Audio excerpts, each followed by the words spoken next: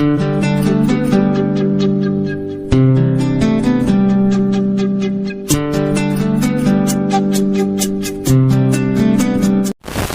नोंथांमोननि सिगाङाव खुलुमनाय जासिग्रोबाय नोंथांमोन। आं भिडिअ बानायनो गोबां गोबाव सम जाबायमोन नोंथांमोन। बारा एक्सपिरियेन्स गैला बादिबो जानानै दङ आङो आरो नोंथांमोनजों रायज्लायनो गोनो गोथोबो जादों। माने बिराद गोबाव जाबाय आंबो भिडिअ बानायैया। नाथाय आङो भिडिअखौ नागारनो सानब्लाबो जाला आरो खालामनो सानब्लाबो जाला बादि माने गेजेरावनो थाथ'ना दंमोन। दा आरो आङो फैफिननो थाखायबो एमखौ मोनबाय थानायखाय आङो दिनैसो भिडिअ बानायनो मोनदों नोंथांमोननि गेजेराव। आरो आं मोनसे बाथ्रा नोंथांनि सिगाङाव खोन्थाग्रोयो। आं आवगोलो भिडिअ बानायबा बिराद गफस जानानै माने स्ट्रं जानानै माने जादों जायाखै आंनि रावफ्रा माने बिदि गफस जानानै आं रायज्लायोमोन नोंथांमोनजों। आरो आं दायो बेफोरबायदि गफस जानानै रायज्लायनो बेबायदि एक्सपिरियेन्स आं नांनो सानदों। दायो नोंथांमोनजों लोगोफोर बादि आं नोंथांमोनजों रायज्लायगोन आरो नोंथांमोना आंनि सायाव माखासे फकास खालामनानै नोंथांमोना जानाय मोनोब्ला नोंथांमोना भिडिअखौ लाइक खालामनाय जाबाय आरो जायफोर गोदान फैदों नोंथांमोना साबस्क्राइब खालामनाय जाबाय आरोना नोंथांमोन। जों माने साबस्क्राइब आरो लाइकखौ जों मानो नांगौ होनबा नोंथांमोनानो जोंखौ मदद होयो आरो नोंथांमोनानो जोंखौ अनसायो नङा होमबा। आरो जोंनि भिडिअ जादों जायाखै जों लाइक होनायाव जुदि जोंनि भिडिअ बानायनाया इन्टारेस्ट जादोंबा जों माने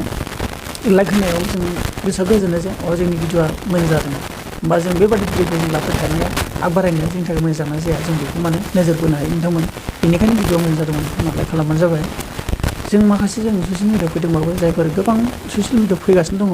जोंनि बिदा फंबाय आब' आरो माखासे फिल्म इन्डास्ट्रिनि माखासे एक्टर एक्ट्रिसफ्राबो फैगासिनो दं। आं बिथांमोननि फारसेबो माखासे स्पन्सार खालामनो बेफोरबायदि माने आइटेमखौ लानो आं माखासे एम लागासिनो दङ आरो आं बिना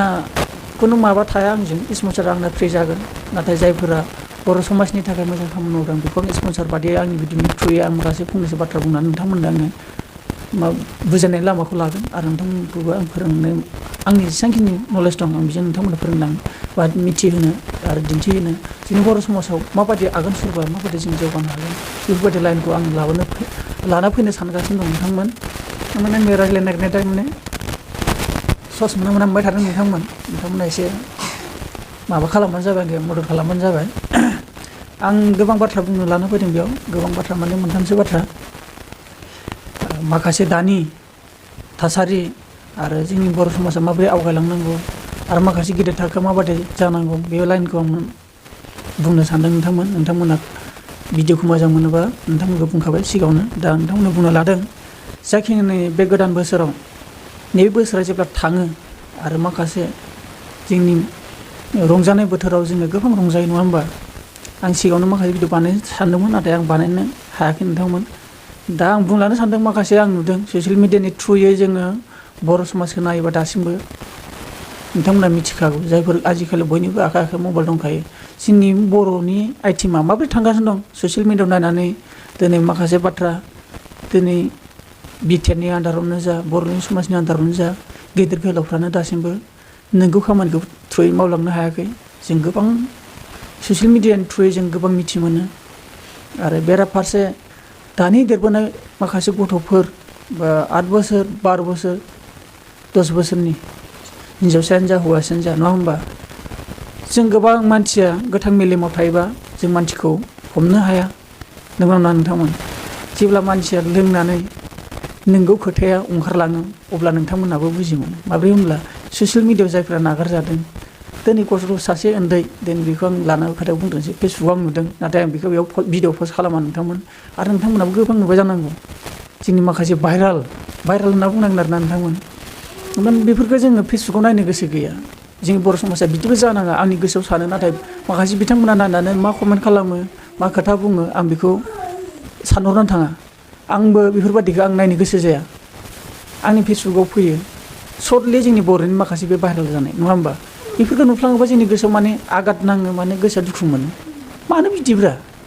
आरो बेफोरबायदिनिफ्राय माबोरै चेन्ज जानांगौ नोंथांमोनखौ आं चेन्ज खालामनो थाखायसो दिनै एगजामपोलि सासे हिनजावसा गथ' खोब जागोन बे गथ'आ 10 बोसोरसो जागोन माबा 12 बे गथ'आ पिकनिक जानाय गथ' लोंनानै लाबाय गथ'आ फेबाय मा जादों गथ'आ गोसोथोनायनि बिखयै गथ'आ गाबदों होमबा नोंथांमोन सानना नायदो बे गथ' उन्दैया जुदि दानिफ्राय जुदि उन्दैनिफ्राय बेफोरबायदि मोजां मोनलायनायाव थायोब्ला दिनै नोंगौ गथ'आ लोंनानै हुसाखौनो बुंनानै गामारदों आं बेखौ फोथायो आरो आं बिसास खालामो नोंथांमोनाबो ससियेल मिडियायाव नुबाय बे गथ'नि जुमाय गाबनाय बे पिकनिक जानायावनो बेयाव जों हमना मोनो बा बेफोर उन्दै बैसोआव जुदि मोजां मोननाय थायोब्ला होमबा नोंथांमोननि सोलोंथाइ फरायनाया माबे लामाजों आवगायलांगोन दा बिसोर साननो गोनां आरो माखासे गिदिर गोलावफ्राव बेफोरखौ नोजोर बोनांगौ रायनायजों बुंनायजों नङा दिनै बेफोरबायदि अबस्थायाव थायोबा जों मा मोजांनि बेबस्था लानांगोन गेदेर थाखोफोरा बेखौ साननांगोन राहा दिन्थिना होनांगोन मोनसे मावनायनि आरो मोनसे गथ'फोरखौ ओरै बेखाराव थानाय जुदि मोजां मोनलायनायाव थाबाय थायो जुदि सानसे एगजामपोल आं हमना लाबाय गथ'फ्रा फुङाव जेनेबा दुगैबाय जेनेबा देलायबाय ना 9:00 स्कुलाव थांबाय स्कुल गना फैबाय 2:00 गबाय बेयाव फ्रि टाइम थायो फ्रि टाइम थायालाबा टिउसन लानाया मोजां बेखौ आं लुगैयो मानो होनबा मोजां मोननाय लाइनाव थायोब्लाबो नोंथांमोना साननो गोनां बाथ्रा थायो मानो होनबा नोंथाङा जि लामाजों दा जि थाखोआव दङ फरायनाय थाखो बा फरायनायखौ नों नोजोर बोग्रो मानो होनबा फिउचारा नोंहा ओरैनो अट'मेटिक जाखागोन नङा होनबा फरायनायाव गोसो होग्रोनांगौ बेनिफ्राय नोंथाङा आवगायलांनो हागोन खिन्थु जों गोबां मानसियानो बुंगासिनो ससियेल मिडियायाव नङा होनबा नोंथांमोन बिदि दाजा बिदि जादों बिदि दाजाथों होननानै बुहुत मानसिया माना खालामदों दा आंबो बे खोथाखौनो आंबो बुङो गोबाङानो बुङो नाथाय रावनिबो खोमायाव हाबा खिन्थु गोबां मानसियानो मबाइल नायगासिनो खोनागासिनो भाइरेलबो जागासिनो नुगासिनो दं नाथाय बेखौ नायनानै सोलोंदोंसो ना बन्द'सो खालामदों खिन्थु नुबाय थायो बोसोरै मास मोननै मोनथामनि गेजेराव माबा गोदान जों बिदि नुलाबाय थायो भिडिअ भाइरेल जानाय भिडिअ माने जोङो बेफोरबायदिखौ नुदोंबा जों सेन्ससो जानांगौ माने बांसिनसो जानाय नुनो मोनो खिन्थु सोलायनांगौ आरो बै माखासे गेदेर गोलाव बिथांमोननि सायावबो आं दा हानहरना बुंनोसै बेखौ आं रुजुनानै एगजामपोल बे गेदेर थाखोनि जेनेबा जोंनि बर' समाज सलायगिरि बिथांमोननि सायावसो हरनोसै आं खिन्थु रावखौबो आं नाम लाया नोंथांमोन यानि नोंथांमोननि लाइन जेनेबा राजनितिक सलायनायानो जाना बर' समाजनि माबा मोनसे मोजां मावनायानो जाना बेखौ नोजोर बोनानै नायबा नोंथांमोनाबो बेयाव गोरोन्थि मावलांगासिनो दं दा सोरजोंबा गाज्रि मोनजानाय सोरजोंबा मोजां मोनजानाय खामानिया 10टा 20टा दङ मोनसेल' खामानि मावनानै मानसिनि गेजेराव खामानि मावनो मोजां दिन्थियो नाथाय बाखि खामानिया थालांजोबो बाखि खामानि थालांनो थाखाय सोरबा बादिया नोंथांमोनखौ फोरमान होयो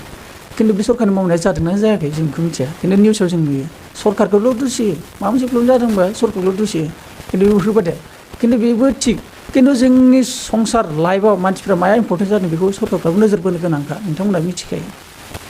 दा बेनो जाहैबाय दिनै बै माखासे फरायबोनाय देरबोनाय गथ'फोरखौ माबोरै डिसिसन लानांगोन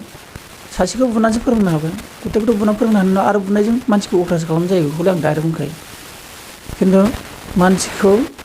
मोनसे आइडिया होनायजों जुदि जाथारा बेयाव जों मोनसे गेम लाबोनांगोन माने रंजाहोनाय माबा मोनसे आइटेम मोनसे डिसिसन डेभेलपथिखौ लाबोनांगोन बै गथ'फोरा माबायदि गोसोआव थांबाय थादों बेफोरखौ माने गोसो सोलायहोनो थाखाय मोनसे इन्टारेस्ट नांगोन गोबां दं गोबां स्पर्टनि गेलेनाय गेम माखासे बेफोरखौ माखासे सायख'